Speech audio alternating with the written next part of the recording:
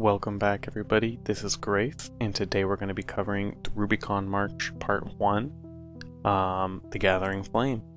In the future this quest will be able to be found in Warlick's shop in the quests, but currently it is still in today's events. Now this video is a little while late, because on my first recording on release day I wasn't very happy with how it came out. So now I'm just going to be covering the quest in a very simple way, covering the boss in a very simple way, and enjoying myself, taking it slow. With that being said, let's get into the reading.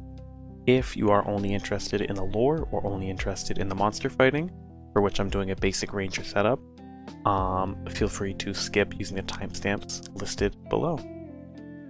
Okay, so here we are. Warlick. Thank you for bringing everyone, Nimrod, people of Battleon. Over the past months, you've heard us push everyone to spread cheer, to rest and recover from the tragedies of the Scourge. We needed you rested and practiced for an even more intense threat that could arrive at any moment. First, we must apologize. We've hid some details from you, initially to preserve morale, and more importantly, because we had to make absolutely sure that a certain spy wasn't among us. The truth is that we weren't the ones to stop Pestilence. Wait, what? I didn't think anyone but Warlick could make explosions that big. Shush, you're drowning him out. The demigod proved too powerful and prepared for everything we had the time to put together. We were saved when the Chosen sacrificed herself. So the Chosen is really gone for good? Here we go at last, says Gallinoth. There's no easy way to put this. To get the power to stop Pestilence, the Chosen was forced to accept the duties that come with that power, the power of war. What? No, there's... Oh gods, it makes sense now. That's why you didn't tell us. You've been hiding that from us this whole time? Everyone, contain yourselves. Stop pushing. Hold on, you say they became war. But those of us who recovered from being Reavers saw Carnage serving a new master, a fiery soldier of insane power. War has been back. Tell us the truth. Tell us the whole truth. How does that add up? That sounds more like war is on our side now. So what aren't you telling us? The Chosen has been the heir of that power for some time, and hoped to find a way to be free of it. But crisis after crisis delayed the effort. Please, calm down. Robina, I know public speaking hurts, but I need help. ... Alright, Battleon, no more lies, right? Yeah, no more lies, no more lies, no more lies. Then I'll start. My real name isn't Robina. Well, I'll be. Look who's the bravest of us now. I am Victoria Altion, second daughter of Alden and Linaria, Princess of Greengard, and last known daughter of the House Altian. Why have you been hiding your identity this whole time, and what does this have to do with the Chosen? I thought the princess was dead. I was a young girl when our home was devastated. I looked for my sisters everywhere. I never found Tara and Brittany never returned from abroad. All I found were greedy nobles who suddenly called me family. Brittany was the crown princess. I just wanted to be like you all, so I never learned to rule. Then, all responsibility fell on me, and old titled people wanted to raise me, to be stewards of the new crown. So I ran and I hid. I hid while they tried to throw their meaningless authority around. I lied so I could track down my sisters without being trapped in a gilded cage. I lied so I could fight alongside you. Water break? Now, I'm done lying. I don't demand that you give me any authority, Battleon. I plead with you to help me honor the sacrifice of those who stayed behind for our survival. Like my parents, like our fallen heroes, and like the Chosen. We had a terrible cost to save us all. We haven't been betrayed. She is trapped in the role of an enemy who knows us well. We can run, or hide, or lie to ourselves. Believe me, I know how tempting it is. Or we can honor that sacrifice, adapt, and fight together like we did against the Devourer. Fight until the very gods take notice. If we win, we might even find a way to return to the favor and save our friend. We owe it to them to try, and if not, there's no better way to honor and avenge them than to battle on. Battle on! Meanwhile, upon the island beyond the western shore, Muspel Peak, Sartheim Enclave. And now we're fighting fire giants. So, lore analysis, pretty interesting stuff to be honest. I'm just going to be going very simple, fire armor, fire shield. Don't know why it's only 14% resistance. Not 13. Is that Worm Knight's? Worm Knight's scales? Huh, Worm Knight's scales is only 25. Who knew? Not me.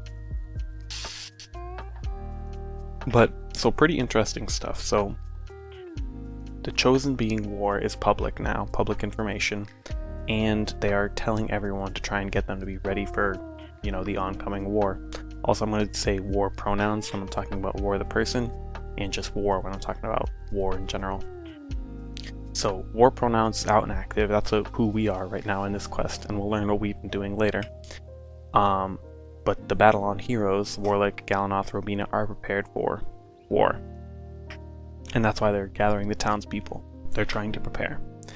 And so we just recovered from the Godscourge, and if you don't know what the Godscourge was, that was during the course of events of the Last Ride saga, which can be found in Warlick's shop. But basically, Pestilence made a magical super virus that wiped out a lot of people, and Pestilence used a super dragon that also wiped out a lot of people.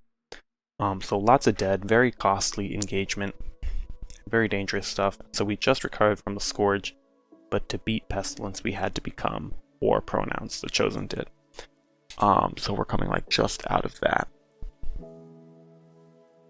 So Battleon's in kind of a bad spot, and Robina turns out to be the crown princess of something. And to be honest, you'd have to go play Dragon Fable or ask somebody smarter to remember exactly what she's the crown prince of. But basically she's royalty, and now she's going to become a leader to the common people. Because she's royalty, and because she's like, oh, I'm going to assume my leadership now because blah blah blah blah. Like, okay, that's not a very good explanation at all, but anyways, we'll get back to the lore analysis after fighting this guy. So the Praetorian Juggernaut, pretty cool boss. Actually, I say that, I don't really mean it. The way we're going to do it, we're going to use a fire defensive misc. This is this is a shop that's available in Ballyhoo's Contests, the Heroic Titan shop. You can just buy this, reduces your fire damage by 50% and gives you some burn potence as well as some stats maybe. Well, it doesn't seem to give you any stats, but we're just going to basic attack this guy down. We've got basic Ice Guest, basic Ice Pet. Should be pretty relaxed, nothing too complicated going on. But on his basic attacks, this guy burns and poisons you. I think he's supposed to heal himself with one of them, but he doesn't. When you hit him, you also burn yourself. But I don't know if it's based off the hit count, so I don't know if like Trontosaurus is really bad for this guy, or just if it's based off of your hit accuracy. I think it's... I'm not sure, to be honest. I haven't tested it. Well, I did test it, but I got inconclusive results because I didn't test it super thoroughly. But the cool thing about this is that he has a two-part SP attack. So the first SP attack tries to inflict a 25% choke and Elevuln on you, and then the next turn he does his Incinerating Smite, which is just a full damage attack. So his basic attacks, burn and poison. His SP attack, turn 1, inflicts Elevuln and choke. Turn 2 is just a pure damage attack with the Incinerating Smite pop-up. Pretty interesting stuff. They say that they gain stronger defenses based on their main stat, and the defense is weakened when it's reduced.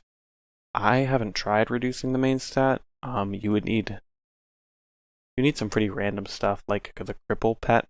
For example, you need like a cripple status to do it.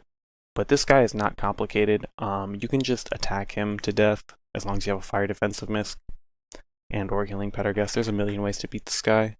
He's kind of cool. I like the idea of a two-part SP attack, particularly if it actually comboed better. But to my understanding, it does not combo except for the Elevuln. You know, but it's a cool mechanic. I think they can take this mechanic places. I mean, they've done it before, but it's been a while, if I'm not mistaken. So I'm a fan. I'm a fan of the design as well. I'm a big fan. I like the shield a lot, although the shield does glitch back and forth a bit, which is unfortunate, but limitations of Flash, I suppose.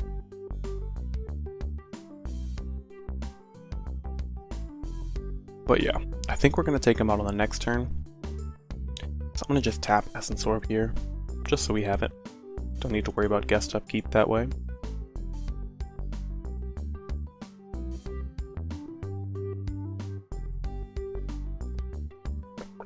And there we go. Simple as that. Nothing too complex. Alright, now we're going back to the story. Now this is war pronouns as the Chosen. That was much better. You still need some time to practice with the power, but there'll be plenty when you meet up with the legions. That'll be it for now, Orvar. Take the rest of the day if you need to get anything done at home. By your leave. It's like training with my grandmother all over again. May as well visit her grave and give the island a last tour. I can't wait to meet the others. Here, real quick, I'm gonna change my equipment to something smaller so I can read the text. I'll admit it, I can't find any trickery. He seems like himself.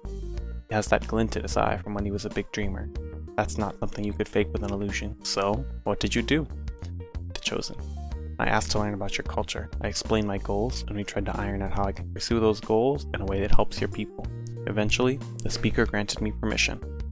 We heard about a foreigner showing up with no ship and meeting our leaders, so we figured that out before coming to see this little training exercise. Guess that's what got announced while I was hunting. Alright, he's being way too nice, so I'll get to the point. There's no way you don't realize how suspicious this sounds. Foreigners making deals and asking for our power? The last time some Eastern ruler showed up making major promises, he crossed us, and we turned his empire to ash. So, who are you? What do you want? And what are you offering our people? War. Exactly. I thought you were some Eastern diplomat or general. What in the world? I used a mortal form for the demonstration, to show the kind of fighting you can expect in the East.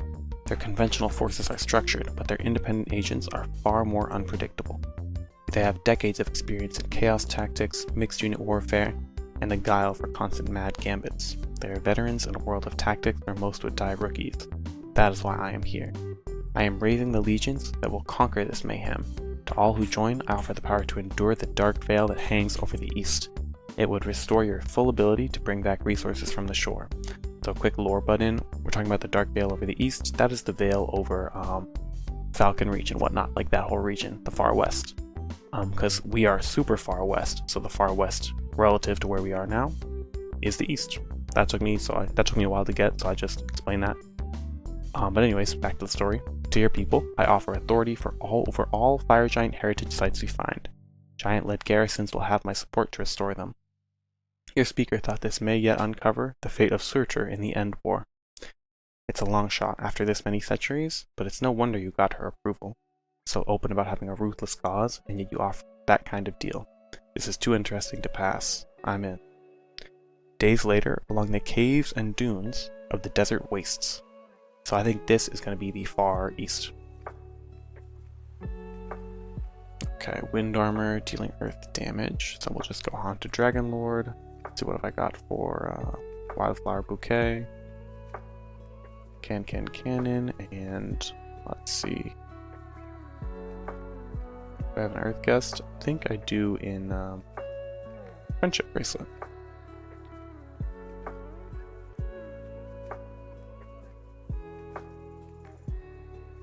Oh, not that I had to get all set up. Look how low his HP bar is.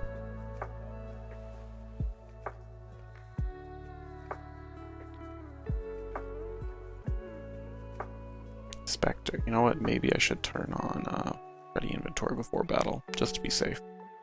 But the lore implications are pretty simple here. Well, I shouldn't say simple, but we're learning pretty basic stuff. Right now, the Chosen not the Chosen, Warp Pronouns is gathering an army, and we've started with the Fire Giants, who we just learned about in April Fools.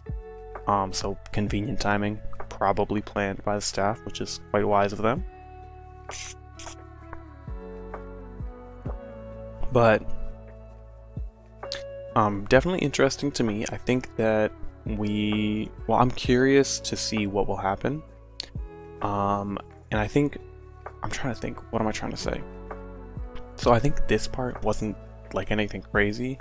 Like, yes, like War Pronouns is gathering the Fire Giants, and to gather the Fire Giants, ethically, they made a deal.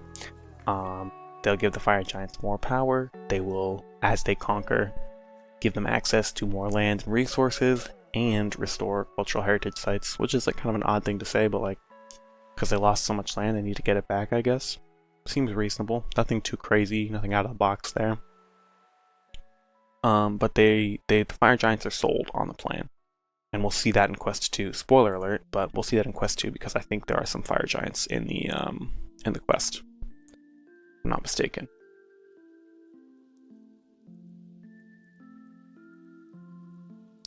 So pretty basic stuff.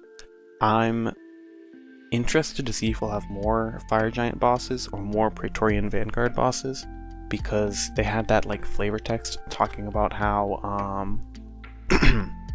how the what am I trying to say? They had that flavor text in the boss status about how if you reduce their main stat, their defenses get weaker. So given how rare main stat, oh my goodness, is that 3 procs in a row? Given how rare main stat reduction is, I assume there's going to be a boss mechanic about it. But here we are, back to the story. That's 2 separate groups in one day, but just stragglers that milled together, so it can't be the doing of some surviving lieutenant. For that many to start moving in one direction, there have to be a lot of targets. These barely left a trace, though, while the first site was riddled with stolen supplies. What do you make of it? I agree with you so far. The first group seems to have been some relay hideout for stolen supplies. Likely headed north, not into the exclusion zone. Backlogged from how old some of the boxes were. It's likely they've been stealing small amounts from every joint night mobilization in the area. It added up over time, but it attracted the Scourge. That is where the similarities end. Those renegades didn't value their supplies over their lives. They abandoned everything they couldn't carry quietly. Here, all nearby caves have been scraped clean while they fought like beasts. So a different group had people willing to die to the Scourge to buy the others time to clean up. It takes some serious loyalty or full-blown fanaticism to make that big of a sacrifice to leave no trace. Drinking water. And they almost succeeded. But I have this talisman. Where is that talisman from? I don't know. If you recognize it, leave a comment. Yeah, I'm a professional YouTuber. Welcome home. Our knights are back to keep us safe. Thank goodness you're back. What kind of mission into that wretched hugscape? Calls for sending knights without their soldiers. What are we peasants to do if our heroes die? Peasants? Who the? Thank you, thank you. A little bit of distance, please. We've passed the cleansing checkpoints and rested today, but we have to keep some distance, just in case. Boy, brought any trophies back from those Demon Knight freaks? So this was difficult for me too, but Demon Knights we're meeting aren't our enemies. The Raiders were exiles, and they're dealt with. Just a second. Yes, what can I do for? Oh geez, that's a lot. Captain, I need advice here. This one brings me more cornbread every time we return. I'm going to end up married at this rate. Captain, sir, where? Impressive as always, slipping away from a crowd like that.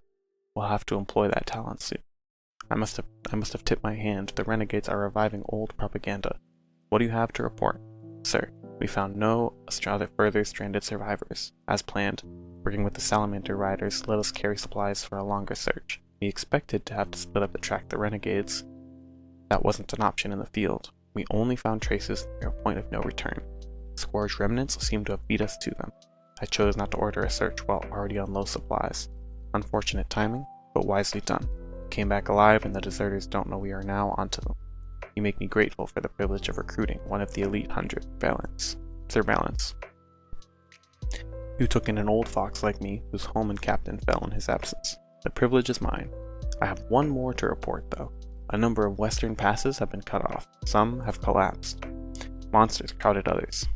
They were about the only ways to cross the wastes while taking shelter in deep enough rock to be safe. I don't know what's on the other side now, sir. Only that it's not good. Dun dun dun dun. Dun dun dun dun. I don't know if that's supposed to be war pronouns or someone else, but we'll find out. So the quest rewards here are actually quite nice. Frigid Sunless Heresy and Dimmed Sunless Heresy are 2 shields, and basically you can pay SP to take up to 50% reduced damage from monsters for 1 turn of that element. So very strong defensive, of course very expensive resource wise. I highly recommend picking them up if you don't run other shields for these elements. Praetorian Boltcaster, Fire and Earth. Same weapon, just 2 different elements. They are a range 100 proc gun, and they can either do normal damage, or they can toggle to do auto hit and do about half damage, as well as paying about 200 SP to inflict a notably strong and burn and notably strong bleed. I'm not a huge fan of them for myself personally, because I like low SP investment weapons, so I can invest my SP elsewhere, but they are definitely powerful weapons for your average FD Beast Ranger, as long as you're able to manage your resources. And that is pretty much it for this video. I hope you enjoyed the playthrough. I enjoyed the quest. I'm excited for the saga to continue, and I will see you all later. Bye bye.